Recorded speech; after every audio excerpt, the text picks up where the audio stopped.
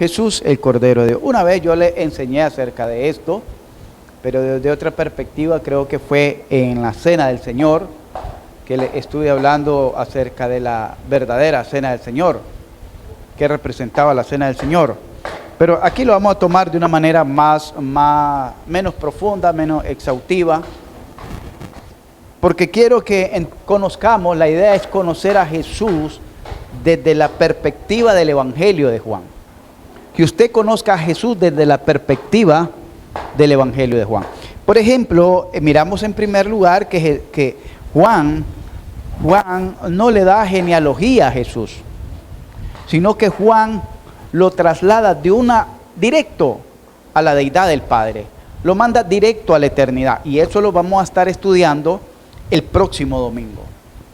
El por qué Juan, por eso me ha gustado este tema y me ha gustado estos primeros capítulos, para que nosotros conozcamos a Jesús a través del Evangelio de Juan, porque Juan tiene y presenta a Jesús desde una manera diferente a como la presentan los evangelios sinópticos, que son Mateo, Marcos y Lucas. Estos tres los presentan a Jesús como un hombre activo, ¿ves? Otro lo presenta como el rey de los judíos, otro lo presenta como el siervo de Dios. Pero Juan lo presenta como el Dios encarnado, como el Hijo de Dios. Y aquí lo traslada directamente en el capítulo 1, que dice que en principio Él era el Verbo. Es decir, Jesús ya existía, dice, solo que no se había encarnado, pero Él es eterno, y lo traslada a Jesús a la eternidad. Y habla de Jesús, que Él es el eterno, y que enseña que todas las cosas fueron creadas por Él, que Él es el autor de la creación, de todo esto que conocemos como universo. El autor de esa creación es el mismo Jesús que estuvo con ustedes. Ese Jesús que caminó aquí entre nosotros fue el que creó todas las cosas. Ese Jesús también dice que Él es el dador de la vida. Él fue el que infundió y dio vida a todo lo que conocemos como ecosistemas de vida. Él le dio vida a las plantas, Él le dio vida a los peces, Él le dio vida a los animales terrestres, Él le dio vida a las aves, y Él nos dio vida a nosotros. Él es la fuente de nuestra existencia, y no solo como creación, sino como fuente de vida. ¿Qué quiere decir? Que también por Él vivimos y por Él respiramos. Nuestra vida está en las manos de Dios y de ese Dios llamado Jesús. Eso es lo que está presentando aquí Juan. Pero también da como testimonio el testimonio de Juan el Bautista. Hablamos primero de Juan el escritor, y ahora miramos que Juan el escritor, Juan el apóstol, da el testimonio de Juan el Bautista. Y Juan el Bautista lo presenta como la fuente de luz, y que la luz vino a iluminar a los hombres. Y esa luz, dice, es la luz que trae libertad al hombre. Porque el hombre es liberado de las tinieblas y de la potestad de las tinieblas, y trasladado al reino de su amado Hijo, dijo Pablo allá en Colosenses capítulo 1, versos 13. Que el hombre dice que es libertado del poder de las tinieblas y trasladado al reino de su amado Hijo. Entonces, da el testimonio de Juan el Bautista, porque Juan el Bautista era un profeta muy respetado dentro del pueblo de Israel en aquel contexto histórico. Prácticamente hasta Jesús dio testimonio de él, de que no se ha levantado otro profeta mayor que Juan el Bautista, ni se levantará después de él. Entonces lo usa como referencia y como testimonio, el testimonio de Juan. Ya di mi testimonio, ahora voy con el testimonio de Juan. Pero Juan no solo lo presenta como la luz que vino a los hombres, la libertad que vino a dar a los hombres, la oportunidad que Dios nos da a través de esa luz, de poder salir de ese oscurantismo. Porque el oscurantismo no solo es el pecado, sino que estaba el oscurantismo religioso que llevaba al hombre cautivo por medio de la ignorancia. Oiga bien, la ignorancia mantenía cautivo al hombre. Y usted decía, ¿eran ignorantes? Sí.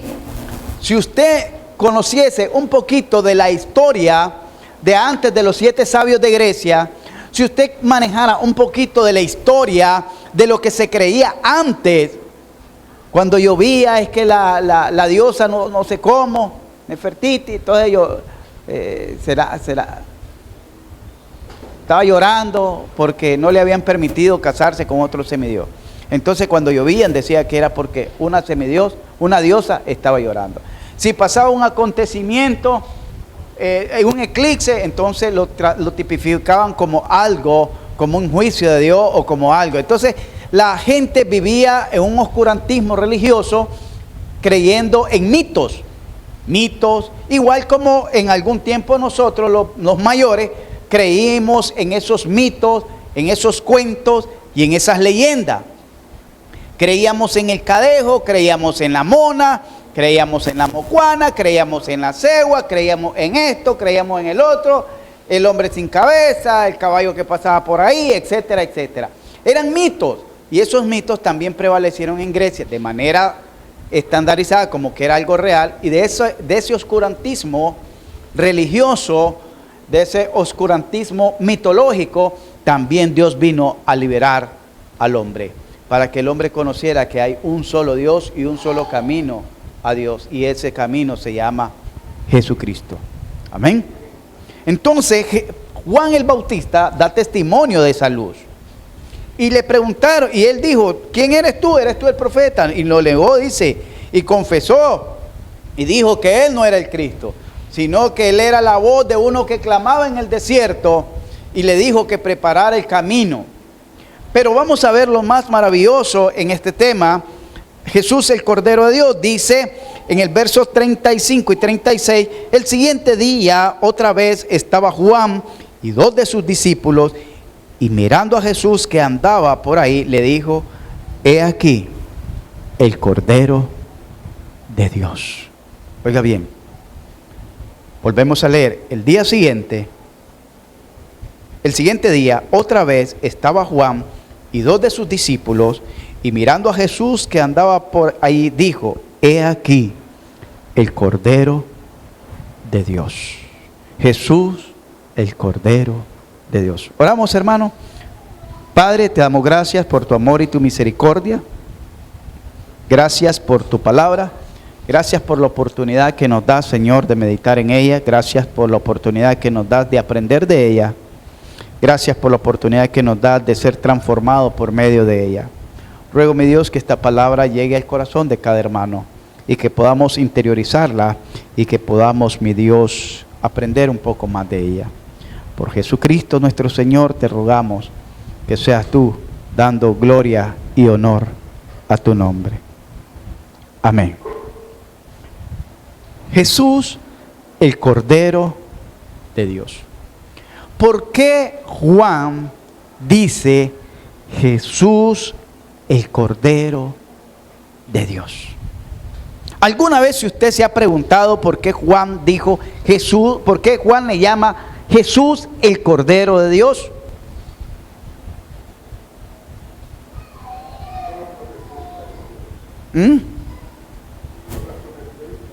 Por la profecía de Isaías, es el hermano. Jesús decía que él no le conocía, pero aquel que lo mandó a bautizar, el que me mandó a bautizar, y eso yo se lo enseño cuando van a ser bautizados, que el bautismo no es una doctrina de los hombres, sino que el bautismo es una de las ordenanzas de Dios.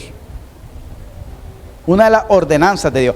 Generalmente se enseña en la iglesia que solo... ¿Cuántas ordenanzas hay para la iglesia? ¿Alguien las sabe? ¿Me las puede decir? ¿Cuántas ordenanzas hay para la iglesia? 3. Ahora sí sabe que son 3, ¿verdad? ¿Cuáles son esas ordenanzas? La cena del Señor y el bautismo. Pero antes de ella hay otra ordenanza que se omite, y es ir a predicar el evangelio. Son 3 ordenanzas para la iglesia, pero generalmente, como se hacen los estereotipos, y entonces, no, como se ha enseñado tradicionalmente, y se hacen los paradigmas, No, es que a mí me enseñaron que solo es dos, entonces vienen de generación en generación, de iglesia en iglesia, de escuela en escuela, enseñando que son dos. Y son tres, hermano. La cena del Señor, predicar el Evangelio y bautizar. Esas son las tres ordenanzas que hay. No son dos, son tres. Como dijo el hermano, tres ordenanzas. Entonces, hermanos, Juan dijo, el que me envió a bautizar me dijo que aquel en que viera al descender el Espíritu de Dios, ese os bautizaría en Espíritu Santo y fuego. Y yo no les conocía, dice. Algunos comentaristas dicen, ¿cómo es esto que él no le conocía si eran primos? Eran primos. Jesús dice que María fue a visitar a su prima Elizabeth. Y Elizabeth estaba embarazada de Juan el Bautista. Es decir, tenía en su vientre a Juan el Bautista. ¿Verdad? El marido de Elizabeth era el sacerdote que estaba en turno, Zacarías, que estaba en el turno, oficiando, de oficio, que quedó mudo cuando tuvo la visión en el templo. Entonces, siendo primo, ¿cómo podía decir? Yo no le conocía. Porque él no lo conocía como el Dios encarnado. Él no conocía, él no sabía hasta que le fue revelado en el desierto y se le dijo a aquel que mire. ¿Y cuál es el susto de él? Que cuando mira que es Jesús al que desciende el Espíritu Santo sobre él. Pero lo más maravilloso es que dice que el siguiente día vio Juan a Jesús que venía a él y dijo: he aquí el Cordero de Dios que quita el pecado del mundo. Hermanos, ¿por qué lo llama el Cordero de Dios? En primer lugar, debemos de entender que hubieron de parte de Dios corderos. Hubieron corderos de parte de Dios que fueron utilizados y están allí en la Biblia, pero no eran el Cordero de Dios. No era el Cordero de Dios, era el tipo del Cordero de Dios. Por ejemplo, cuando miramos en Génesis capítulo 3, si vamos a Génesis capítulo 3, que quizás ahondemos con más detalle en los estudios de los jueves, podemos ver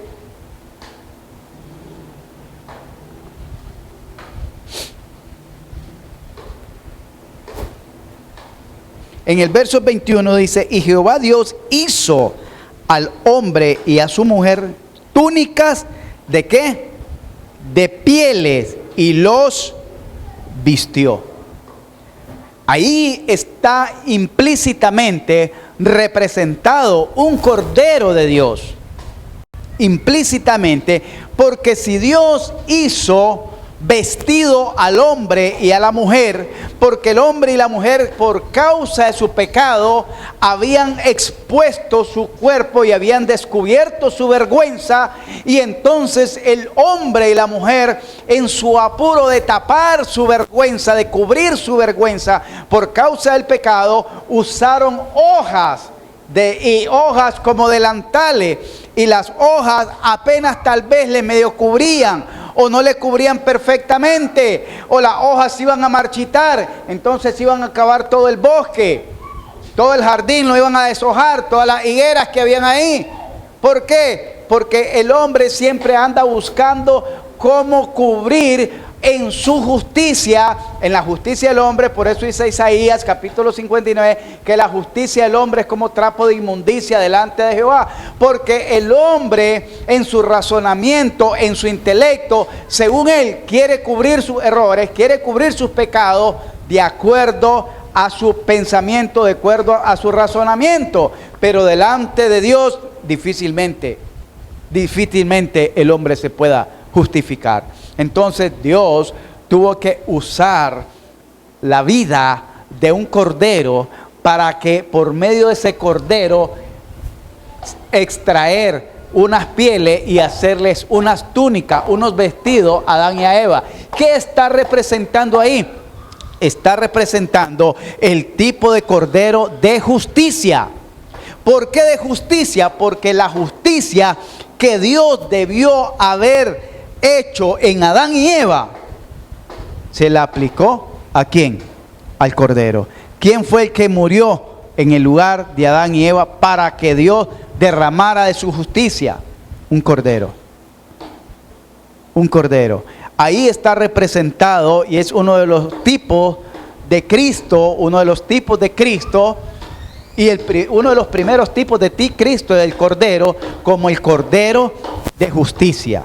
El cordero de justicia, donde Dios los vistió de su justicia. ¿Cómo es eso que Dios nos vistió de su justicia? Igual como nosotros. ¿Qué es lo que hace Dios en nosotros por medio de la fe? De acuerdo a Romanos capítulo 5, verso 1. Justificados pues por la fe, tenemos. Pero ¿qué es lo que hace primero el Señor? Justificarnos. ¿Y qué es justificarnos? ¿Qué entendemos por justificarnos? Darnos su justicia. Y una justicia en la cual Dios nos da no lo que merecemos, sino lo que no merecemos. ¿Por qué? ¿Cómo es eso que Dios nos da lo que no merecemos? Porque lo que merecíamos era el castigo. ¿Y qué es lo que hace Dios en la justificación? Declararnos justo, declararnos inocente, no culpable. Aquí podemos ver el tipo del cordero de justicia, pero no era el cordero de Dios, era un tipo del cordero de Dios, mostrando Dios su justicia a través de él, al haber sacrificado dos corderos, o un cordero, sacrificó un cordero para darle vestimenta, para vestir de su justicia a Adán y a Eva, y que así Adán y Eva no expusieran su vergüenza, porque se dijeron: Señor, nos escondimos porque sentimos vergüenza. ¿Por qué? Porque estábamos desnudos. Entonces, para no exponer su vergüenza, Dios los vistió. Así nosotros, Dios nos viste de su justicia por medio de la fe en ese cordero maravilloso, para que con su justicia nosotros podamos ser limpios, libres y justificados de aquella culpa. En Génesis capítulo 22, del versos 8 al 13, encontramos otro cordero.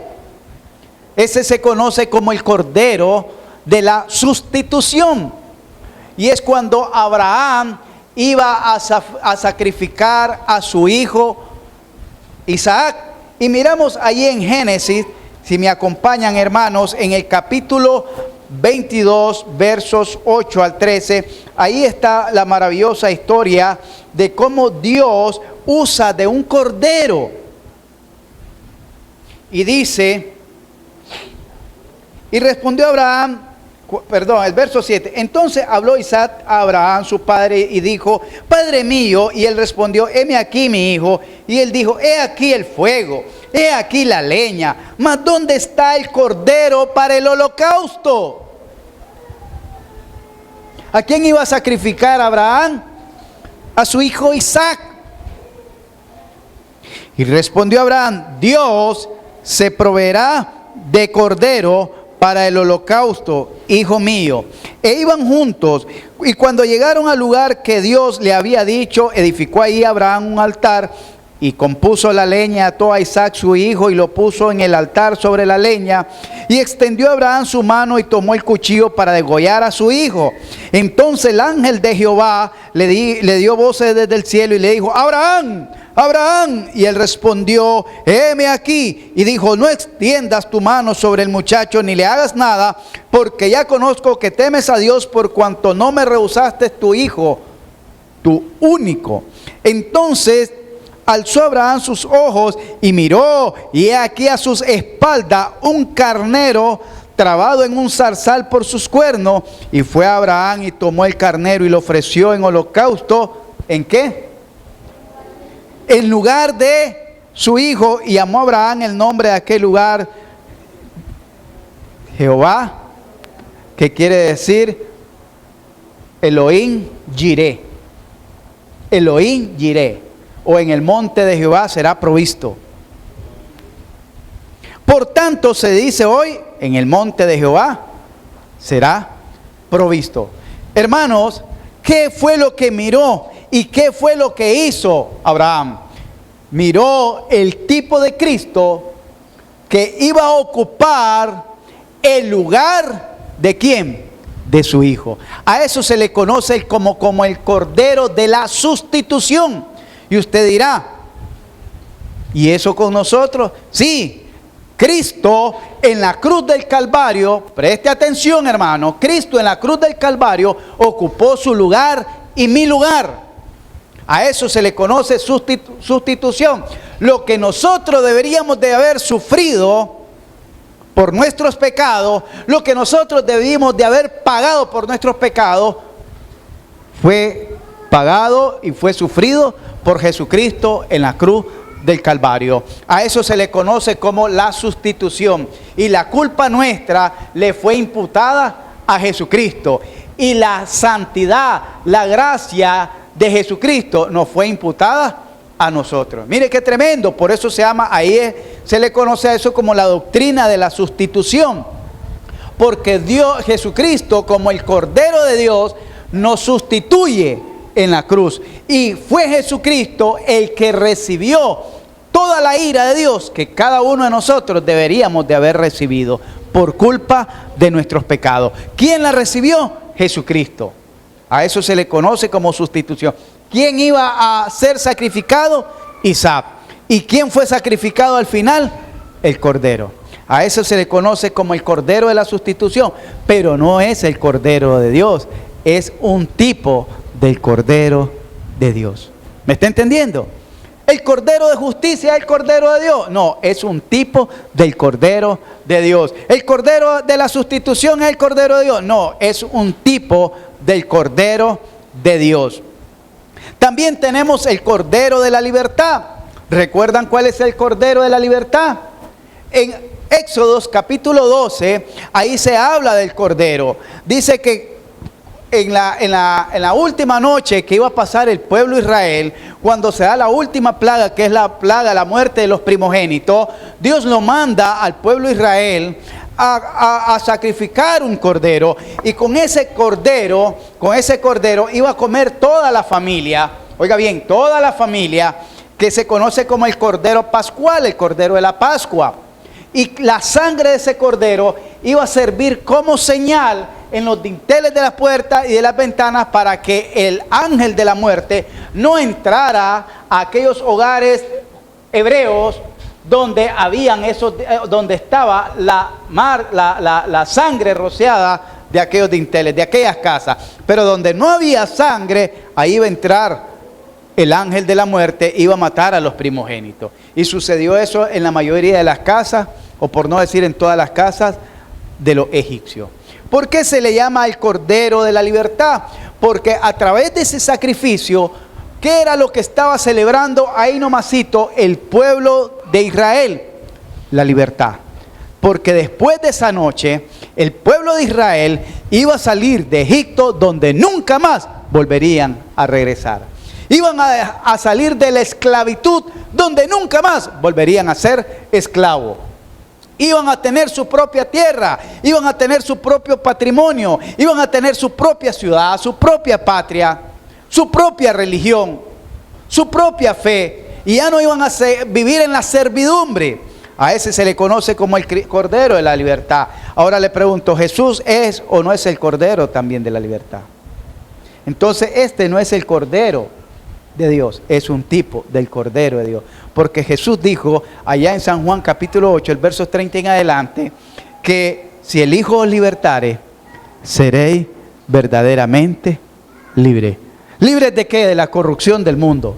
¿Libres de qué? De la potestad de las tinieblas que ya habíamos enseñado. ¿Libres de qué? De la condenación del pecado, del poder del pecado, del dominio del pecado, de la paga y retribución del pecado, de la condenación del pecado. Dios, Jesucristo, nos iba a dar la libertad y nos dio la libertad por medio de su sacrificio como Cordero. Hermanos, el Cordero Pascual que se celebró allá en Israel una noche antes de que salieran, es el Cordero, es el tipo del Cordero de Dios, pero no era el Cordero de Dios. porque solo representaba un tipo. Miramos entonces que está el Cordero de Justicia, un tipo del Cordero de Dios. El Cordero de Sustitución, un tipo del Cordero de Dios. El Cordero de Libertad, un tipo del Cordero de Dios. Y el Cordero de Expiación, de la limpieza del pecado. Eso lo podemos hallar en Levítico capítulo 5, que cuando un hombre cometiera el pecado tenía que llevar al altar y ofrendar un cordero. Un cordero para que la culpa del pecado, no el poder del pecado, no el dominio del pecado, no la paga del pecado, no la condenación del pecado, ni la afectación del pecado, porque una de las afectaciones del pecado es que nos separan de Dios. Sino que dice que lo único que iba a hacer era la limpieza del pecado, para pagar, para hacer expiada su culpa del pecado, su culpa del pecado. Y eso lo miramos en Levítico capítulo 5. Pero también miramos cuando se dan las fiestas de Israel, una de las fiestas, creo que Mario nos estuvo enseñando acerca de esa fiesta en Levítico capítulo 23. Hermano Mario, creo que es la fiesta de la expiación. La fiesta de la expiación dice que habían que sacrificar 2 corderos. Creo que esa es. Y uno era por la culpa del pueblo, del pecado del pueblo, y otro era por la culpa de los pecados del sacerdote que iba a oficiar aquella ceremonia. Entonces, miramos que había un tipo del Cordero de Dios, pero no era el Cordero de Dios. Y ese se conoce como el Cordero de la Expiación, es decir, de lo que nos iba a expiar, a limpiar de nuestros pecados, de lo que nos podía limpiar de nuestros pecados. Dice Primera de Juan capítulo 1, versos 8 al 9, que la sangre de Jesucristo nos limpia de todo pecado y de toda maldad. Entonces miramos, hermano, que el cordero que miró, que ocupaba Israel, era un tipo del Cordero de Dios, pero no era el Cordero de Dios. Entonces, ¿quién es el Cordero de Dios? ¿Quién es el Cordero de Dios? El Cordero de Dios es aquel que mira a Juan, y allá en el Evangelio de Juan dice: he aquí el Cordero de Dios. Primera de Pedro capítulo 1, versos 18 y 19, dice que este Cordero de Dios estaba predestinado desde antes de la fundación del mundo. Oiga bien, este Cordero de Dios estaba predestinado desde antes de la fundación del mundo. Entonces no es el tipo de Cordero de Justicia de Génesis 3, no es el tipo de Cordero de Sustitución de Génesis 22 del 8 al 13, no es el tipo del Cordero de Libertad de Éxodo 12, porque ellos solo son los tipos. Pero el apóstol Pedro nos dice en Primera de Pedro, versos 18 y 19, que este Cordero estaba destinado desde antes de la fundación del mundo. También nos dice Isaías capítulo 53, versos 6 y 7, que este Cordero estaba ya en el mundo, ya venía siendo profetizado. Porque Isaías profetiza que en el capítulo 53, versos 6 y 7, lo profetiza, dice que como Cordero fue llevado al matadero. Nos habla del sacrificio vicario de Jesucristo y de lo que representaba ese sacrificio vicario de Jesucristo. Vicario es sustituto. Él ocupaba nuestro lugar. Pero ahora el apóstol Juan, a través del testimonio de Juan el Bautista, da a conocer que ese Cordero, no solamente hubieron tipos de ese Cordero, para que el hombre de hoy pudiera entender cómo Dios progresivamente venía revelando a través de los acontecimientos, cómo Dios venía revelando a través del tiempo, cómo Dios venía revelando a través de los sucesos, cuál iba a ser el ministerio de Jesucristo como Cordero de Dios. Y aquí el apóstol Juan nos enseña, hermano, que Jesús es el Cordero de Dios. Aquí en esta versión dice que quita el pecado, pero la versión original del griego dice que carga con el pecado del mundo. En la Biblia textual dice que carga con el pecado del mundo. Miren qué tremendo. Juan dice, todavía cuando Juan dice estas palabras, cuando Juan, el apóstol Juan lo escribió, claro, lo escribió, dijimos, en el año 80 y pico, ya habían muerto los dos, pero cuando Juan el Bautista da estas palabras, apenas Jesús estaba bautizando. Apenas Jesús estaba bautizando. Pero él no miró a Jesús, él miró a aquel cordero inmolado que habla Apocalipsis capítulo 4 y capítulo 5. El cordero de Dios inmolado. Aquel cordero que nosotros cantamos y entonamos el himno, digno es el cordero que inmolado fue. Digno es el cordero. Y decía, ¿quién es digno de abrir los sellos? Y lloraban, dice, porque no había nadie. Pero he aquí el cordero de Dios que salió para vencer. Él era digno de abrir y desatar los 7 sellos. Hermano, aquí Juan Bautista, o el bautizador, porque nosotros le decimos Juan Bautista, pero es Juan el bautizador. Desde que vio a Jesús, no miró solo a un hombre, miró el ministerio de aquel hombre, el Dios encarnado a qué venía, y ya lo miraba como un cordero inmolado. Como un cordero, quizás, digo yo, ya lo miraba ensangrentado. He aquí el Cordero de Dios. ¿Qué hacían para que un cordero pudiera quitar la culpa o pagar la culpa de un pecador? Dijimos, ¿qué tenía que hacer con el cordero? Matarlo, degollarlo. Y cuando mira a Jesús, ya lo mira sacrificado. Y apenas Jesús iba a comenzar su ministerio, y él dice, ahí viene el hombre que va a cargar, pero ese hombre, la muerte, está diciendo su muerte, le está diciendo su ministerio, y está diciendo toda la obra que Jesucristo vino a hacer a este mundo, a esta tierra, y lo presenta su humildad, su entrega, su obediencia. He aquí el Cordero de Dios. He aquí el Cordero de Dios. ¿Cuántos corderos de Dios hay entonces? Solo uno. Solo de Jesús se dijo, he aquí el Cordero de Dios. Los demás corderos eran el tipo de lo que iba a representar el Cordero de Dios. Jesucristo nos vistió con su justicia. Jesucristo nos sustituyó en la cruz del Calvario. Jesucristo nos dio la libertad gloriosa de la esclavitud a la libertad gloriosa de los hijos de Dios, dice el libro de Hebreos. Jesucristo expió todos nuestros pecados y Jesucristo murió para que nosotros ahora vivamos eternamente con Él. ¿Podemos entender eso, hermano? Puede entender y conocer entonces ahora a través del Evangelio de Juan cómo el apóstol Juan quiere que conozcamos a Jesucristo, que no lo mire como un hombre común, a como lo miraba la gente.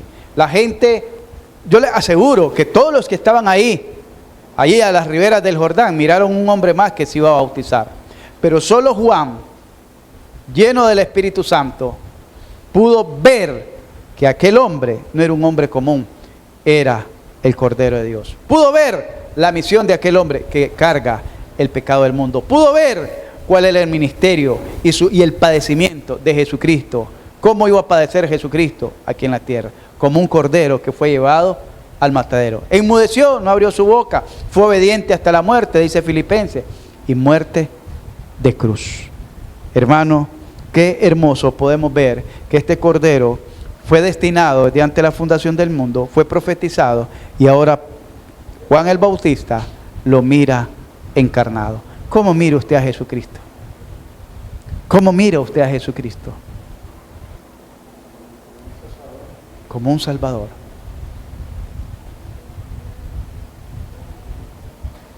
Dice Filipenses, y creo que eso en una reflexión se lo enseñé, por lo cual, Filipenses 2:9, por lo cual Dios lo exaltó hasta lo sumo, para que en el nombre de Jesús se doble toda rodilla de lo que está en el cielo, debajo del cielo, en la tierra y debajo de la tierra, y toda lengua confiese que Jesucristo es el Señor, para gloria de Dios Padre.